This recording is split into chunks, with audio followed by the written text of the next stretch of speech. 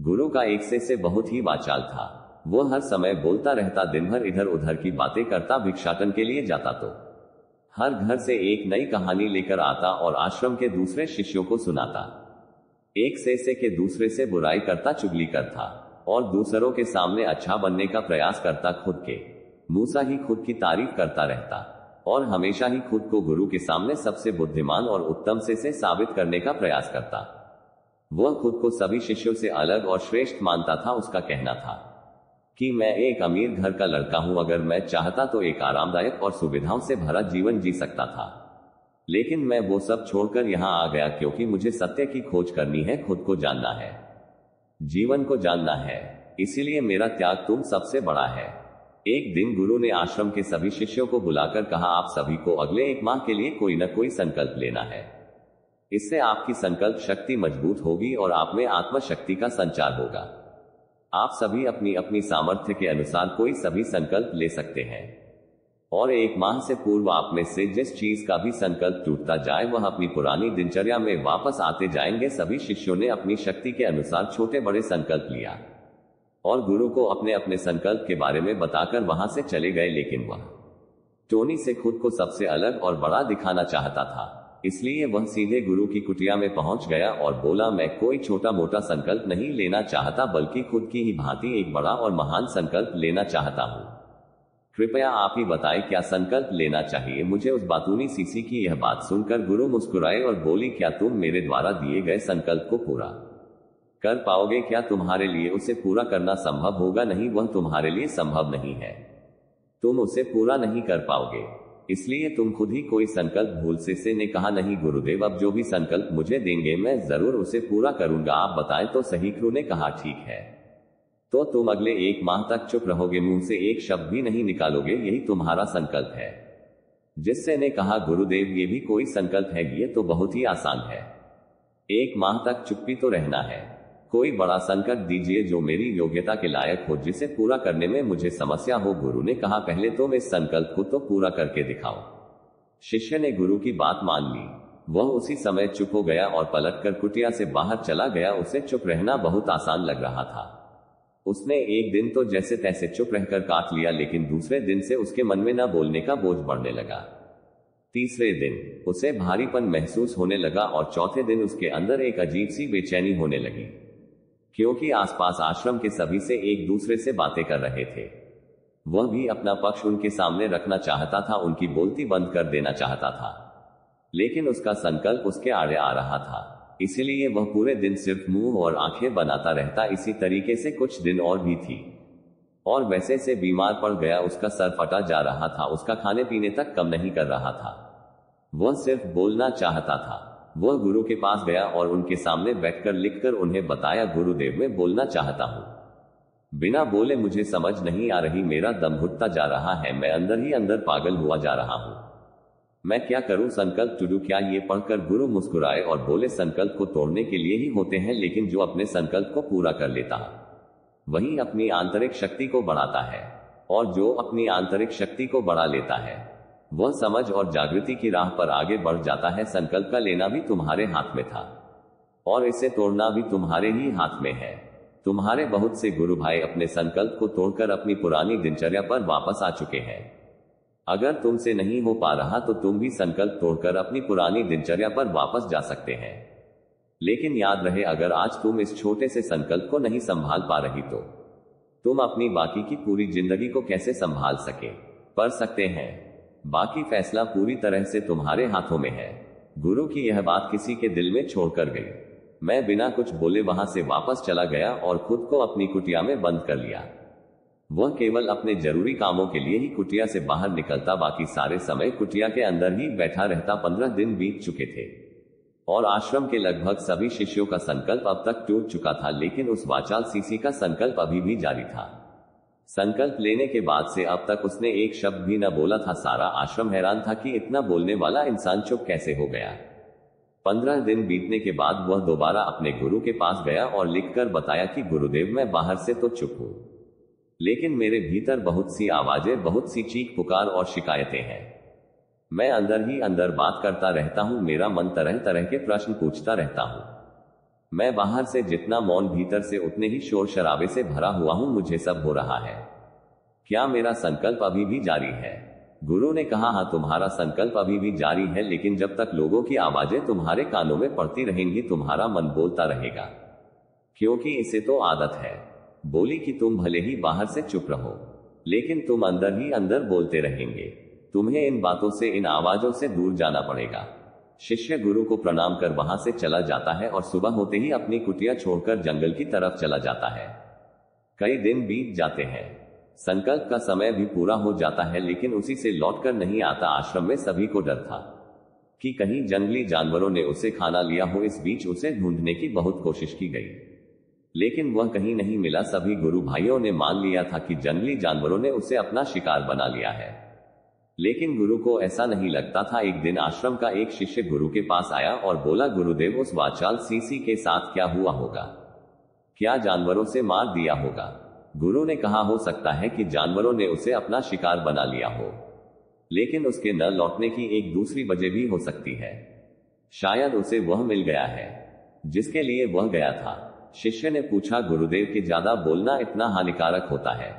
गुरु ने कहा, इंसान के जीवन के बहुत सारे दुखों में से एक दुख ये भी है कि वह कभी चुप नहीं रह सकता, हमेशा कुछ न कुछ बोलता ही रहता है। सिर्फ हमारे बोलने के कारण हमारे आधे से ज्यादा दुख पैदा होते हैं। परिवार के अधिकतर झगड़ों की बजाय हमारा भी मतलब नहीं होता है। हम में से कोई भी चुप नहीं रहना चाहता, हम सामने वाले को सुना देना चाहते हैं।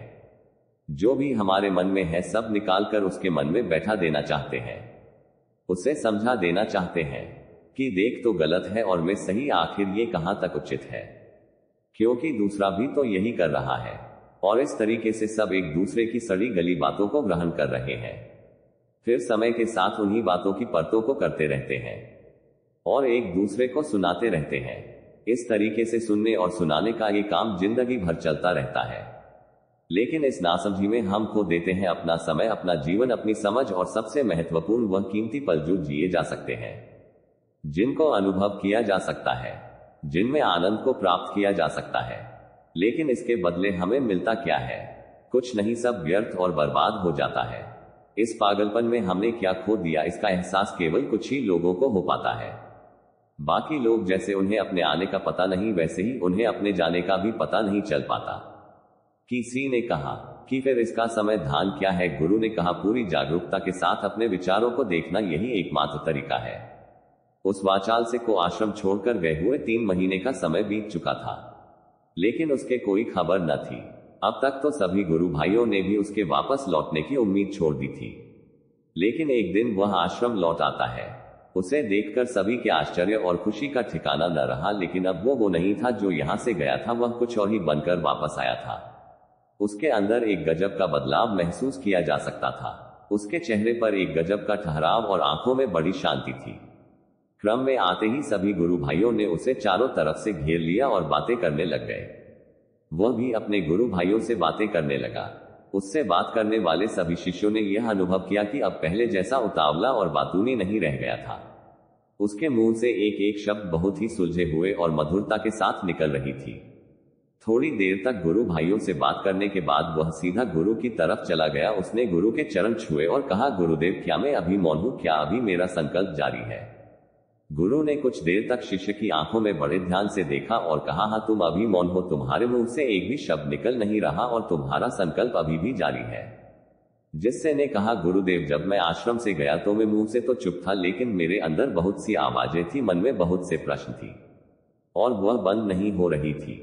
तो मैं जंगल में और गहरा चला गया, इस उम्मीद से कि वह मुझे शांति मिलेगी और मेरे मन की बकबक कम हो जाएगी। लेकिन मैं जितना एकांत में जाता गया, मेरे अंदर की आवाज उतनी ही तेज होती गई। मेरे भीतर की और पुरानी से पुरानी आवाज सुनाई देने लगी। तब जाकर मैंने महसूस किया कि मैं कितना गलत कर रहा था। जब मैं अपने परिवार वालों, दोस्तों और गुरु भाइयों को बुरा भला कहता था तो उस समय मुझे लगता था कि मैं सही कह रहा हूं। जब मैं गुरु भाइयों की एक दूसरे से चुगली करता और उनका मजाक बनाता, तभी मुझे यही लगता था कि मैं उनसे बेहतर हूं और मैं सही कर रहा हूं। लेकिन उस दिन मैंने पहली बार महसूस किया कि मैं कितना गलत बोलता था। काफी दिनों तक ये आवाजें, ये शिकायतें मेरे अंदर चलती रही, लेकिन धीरे धीरे करके एक दिन ये सारी आवाजें मेरे अंदर से समाप्त हो गई। हमें भीतर से भी मौन हो गया। उस घने जंगल में बाहर से कोई बोलने वाला था नहीं और भीतर कोई आवाज से बची थी। मैं उस दिन पहली बार मौन का सही अर्थ समझा। मेरे चारों तरफ को शांति थी।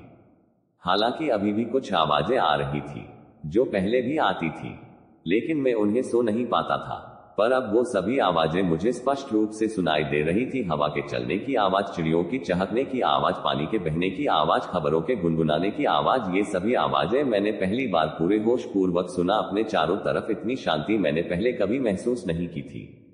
तो इस शांति को भंग करने के लिए मैंने पहली बार अपने मुंह से कोई शब्द निकाला। मैं चिल्लाया, ईश्वर, यह कैसी शांति है? सभी कुछ इतना शांत क्यों हुए? ऐसा क्या हो गया?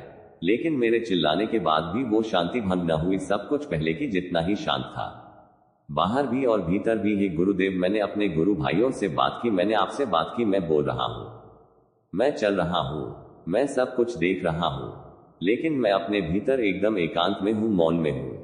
भीड़ में होता हूं तभी भीतर से अकेला एकांत में होता हूं। जब मैं खुद भी शोर करना चाहता हूं तभी एकांत में ही होता हूं। अब सब दिखाई पड़ने लगा है, सब सुनाई पड़ने लगा है। गुरु ने कहा, जब तक हम बाहर की तरफ बोलते रहेंगे भीतर अशांति रहेगी।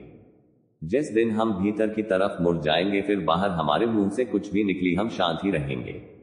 दुनिया में जितने भी बुराइयां हैं ज्यादातर हमारे बोलने से ही उत्पन्न होती है, क्योंकि हम चुप रहना नहीं चाहते। हम जितनी जरूरत है उससे कहीं ज्यादा बोलते हैं। हम सामने वाले को सुनना नहीं चाहते हैं, बल्कि उसकी बोलती बंद कर देना चाहते हैं। उसे समझा देना चाहते हैं कि मैं कौन हूं, दिखा देना चाहते हैं उसे अपनी सारी सामर्थ। बस यही हमारी जिंदगी का मकसद बनकर रह जाता है। हमारी सारी ऊर्जा व्यर्थ के बोलने में बर्बाद होती रहती है। ऐसे पति पत्नी का जीवन दुखों से भर जाता है, जो हमेशा एक दूसरे को सुनाने में लगे रहते हैं, कभी एक दूसरे को सुनना नहीं चाहते हैं, समझना नहीं चाहते हैं। और चुप रहना तो उन्होंने कभी सीखा ही नहीं, क्योंकि चुप रहना उन्हें छोटा महसूस करवाता है। दुनिया के सभी लड़ाइयों का कारण हमारा बोलना ही है, इसलिए हमें सिर्फ उतना ही बोलना चाहिए जितना जरूरी हो, क्योंकि व्यर्थ का बोलना ऊर्जा को नष्ट करना है। और यह बोलना ही हमें कभी अपने भीतर की ओर लौटने नहीं देता, क्योंकि यह हमें बाहर की ओर खींच कर रखता है। और बाहर है ही क्या इस संसार के अलावा, लेकिन अगर आप भीतर के संसार की ओर मुड़ना है तो इसको बंद ही रखना चाहिए। इसीलिए जितने भी बुद्ध हुए, आत्मज्ञानी हुए, वो सभी एकांत की ओर भागे ताकि उन्हें ज्यादा बोलना पड़े, ज्यादा सुनना पड़े। वह एकांत में रही और शांत रहे, इसलिए आसानी से भीतर की यात्रा कर पाए। लेकिन अगर कोई चाहे तो इस संसार में रहकर भी एकांत में रह सकता है, शांत रह सकता है, लेकिन इसके लिए उन्हें अपनी ऊर्जा बचानी होगी, जिसे वह अब तक अपने व्यर्थ के शब्दों में बर्बाद कर रहे थे। दोस्तों, इस कहानी की सीख यही है कि व्यर्थ का बोलना ऊर्जा को नष्ट करना है, और यह बोलना ही हमें अपने भीतर की ओर लौटने नहीं देता, क्योंकि यह हमें बाहर की ओर झुकाए रखता है। और जिन्हें भीतर की यात्रा करनी है उन्हें अपने मुंह को बंद रखना चाहिए। मुझे उम्मीद है कि आपको ये कहानी पसंद आई होगी और काफी कुछ सीखने को मिला होगा। भारत के सबसे स्वच्छ शहर इंदौर में प्लॉट और घर लेने के लिए हमसे कांटेक्ट करें 9555924883। दिए गए मोबाइल नंबर पर कॉल करें। अधिक सोचिए, मत कॉल करिए और ऑनलाइन ही अपना प्लॉट बुक कीजिए और अपने फ्यूचर को ब्राइट बनाएं। और चैनल पर नए हो तो सब्सक्राइब जरूर करें। धन्यवाद।